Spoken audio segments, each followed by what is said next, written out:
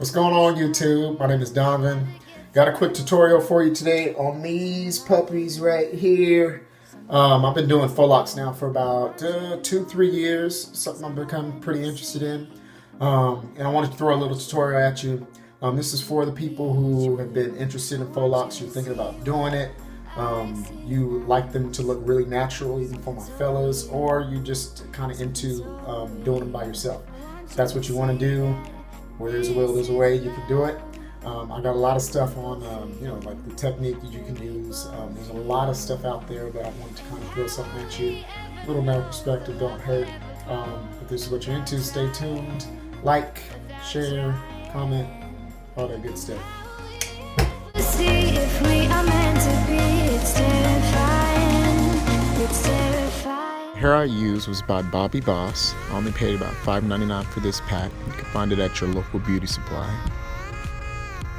So now I'm preparing for one of my dreads. I only use one strand of the Bobby Boss extension hair for one dread. So what I have to do first is separate this into two halves, so one half can be for the extension and one half can be for wrapping.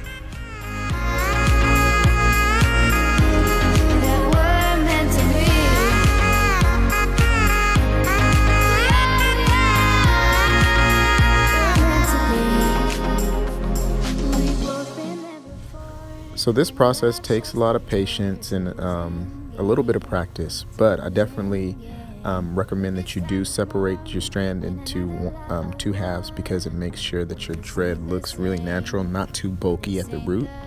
So just make sure that you take the time to learn how to separate this, and that you buy hair that isn't dried out or isn't too old, so that you can separate it. So this first half I'm going to use as an extension. I'm going to take about 1/3 of the hair so that I can use it for the third leg, which you'll see later. And the little trick you see me using is I press my leg up against the hair, against my counter, so that I can get the hair separated and kind of pull down pretty far. But you want to make sure that you don't kink your hair. Be careful. And how will we ever know if the love will ever grow without trying? Another thing about this hair is that it does do a lot of shedding. I do pull a lot of the excess hair out that's not all the same size. I do that because when I'm wrapping, you don't want to have excess hair that's going to tangle. You want all your strands to be about the same size. So pull out the excess hair. You don't really need it. It's not going to make a difference.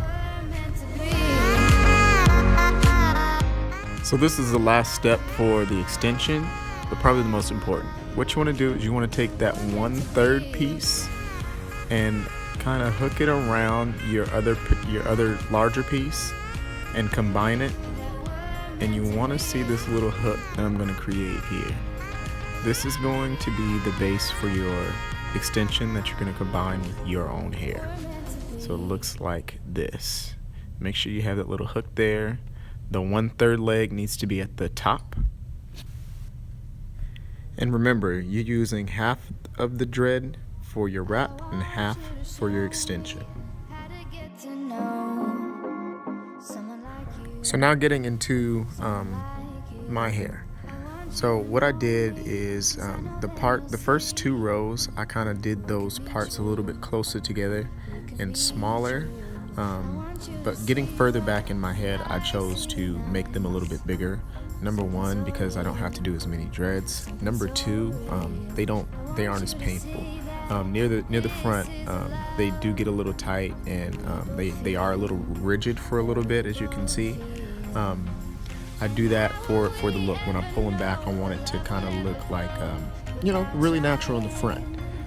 But going near the back, it doesn't really make a difference, and you want to save time and you want to save product, so make those parts a little bit bigger in the back if you don't mind a little bit of spacing back there.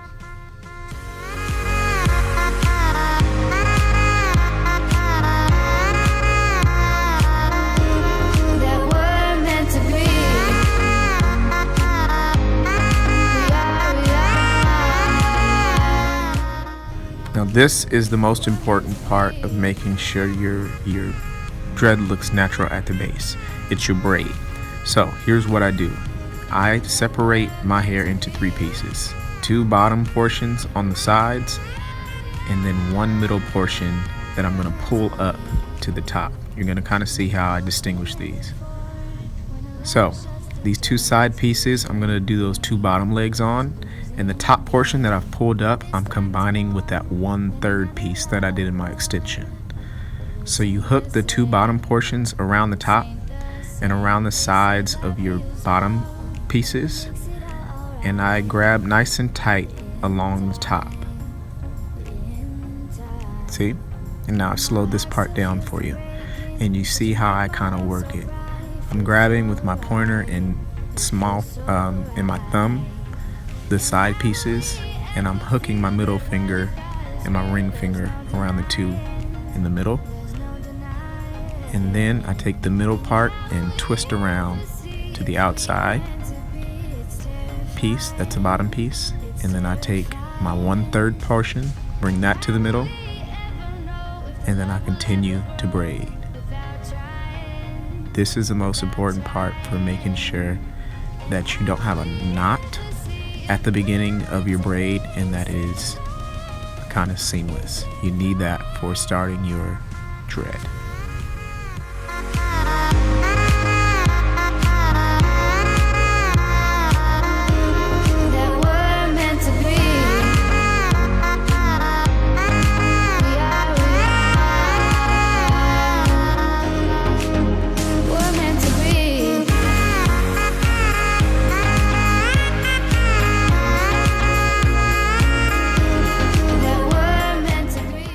I recommend braiding down until your hair is completely braided.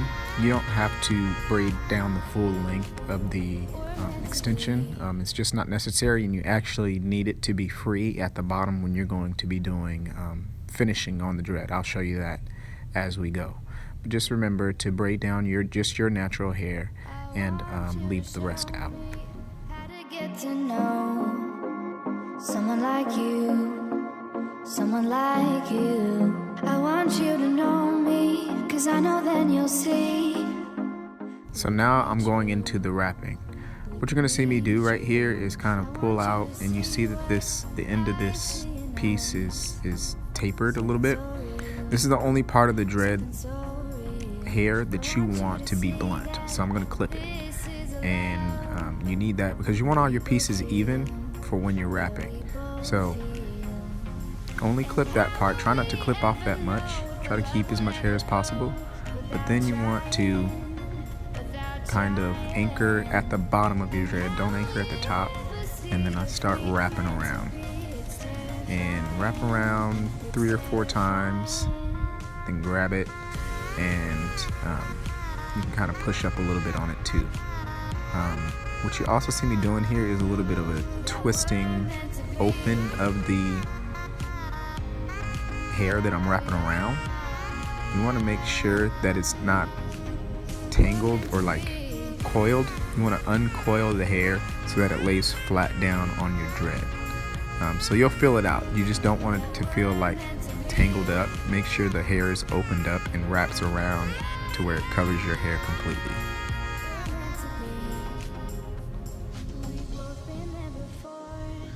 A couple more little tips.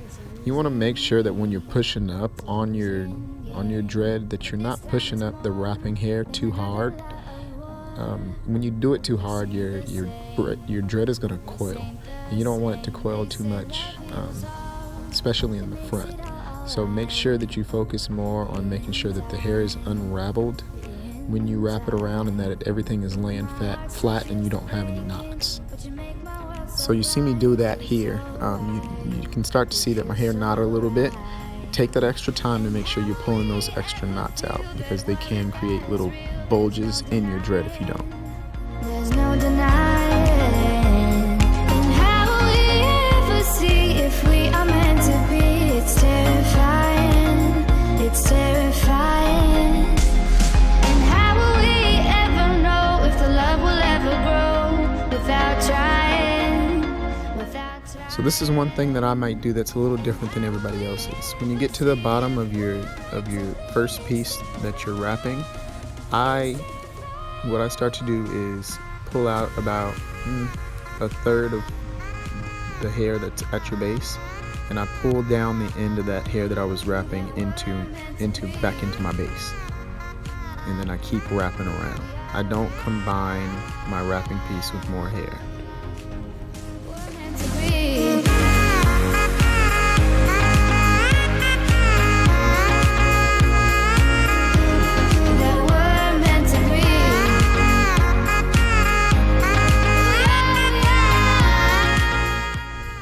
Alright, so I do that little trick where I pull out hair from the base and pull my wrapping hair down again. I do that whole thing twice. After twice, you can basically finish up your dread and do the burning thing that I'm going to do here in a second. Someone like you, someone like you. I want you to know me, 'cause I know then you'll see we can be true, we can be true. I want you to see what I see in us. Last little tidbit is near the end of your dread, you want to start to wrap up and go back the other direction, and then I come back down again, and I do it until the wrap is completely around and finished. I cut off the end and I do some burning, and that completes your dread.